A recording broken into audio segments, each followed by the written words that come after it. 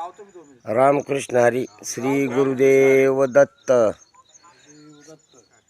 संत श्री निमराज महाराज पालखी सोहळा आज जिंती इथं मुक्कामी आहे पा.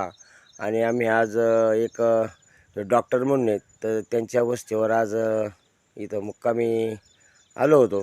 तर त्यांनी पंगत वगैरे सर्व केलं आणि त्यांच्या शेतामध्ये एक दत्त मंदिर बघा त्यांची इथं सेवा चालू आहे डॉक्टर साहेबांची. आणि आम्ही आता त्या मंदिराचं दर्शन घेण्यासाठी इथं आलो आहे पा.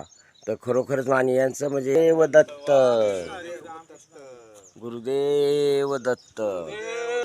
हे शेतात आमचं घर आहे तिथं आम्ही आलो होतो. हे बघा हे जिंतीचे आहेत, यांच्याकडे पाणी करून ती व्यवस्था करतात बघा. आणि स्वतः म्हणजे यांच्या शेतात एक मंदिर आहे दत्त मंदिर. तर ते पण म्हणजे दर गुरुवारी त्यांचा पण आरती महाप्रसाद असतो त्यांच्या मंदिरामध्ये. तर थोडं अशी भाविक मंडळी त्यामुळे इथं अगदी आमचं पण भाग्य आलं की यांच्या मंदिराचं आणि यांच्या दर्शन घेण्याचं. धन्यवाद महाराज. रामकृष्ण.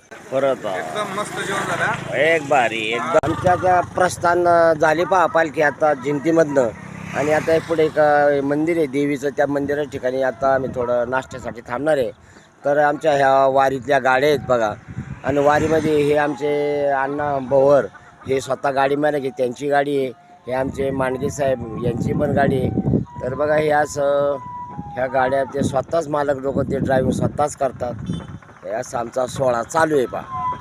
वारकऱ्यांचा बाजा चाललाय बघा, ठेवण्याची तयारी आहे. आणि वारकरी म्हणजे आमचे कायम स्वरूपाचे वारकरी. चला पुढं चला पुढे चला पुढे चालून. जय हरी माऊली, जय हरी. हे आमची गाडी आहे बघा. हे आमचे तात्या बाबा आमचे बरोबर आलेत बघा. हे बसल्यात गाडीत आराम का चाला त्यांचा गरम होत आहे. ड्रायव्हर येते आमचे परमेश्वर महाराज पालखीचे म्हणजे मेन महाराज आहे. पण आज इथं थोडं आणि पाहतो सर हे सरपंच माझे आबा, हे देवदैठणचे सरपंच आबा वसंत आबा हे पण आज इथं पालखी सोहळ्यामध्ये उपस्थित आहेत. हे वॉल सर, हा हे वॉल सर यांचे मान्य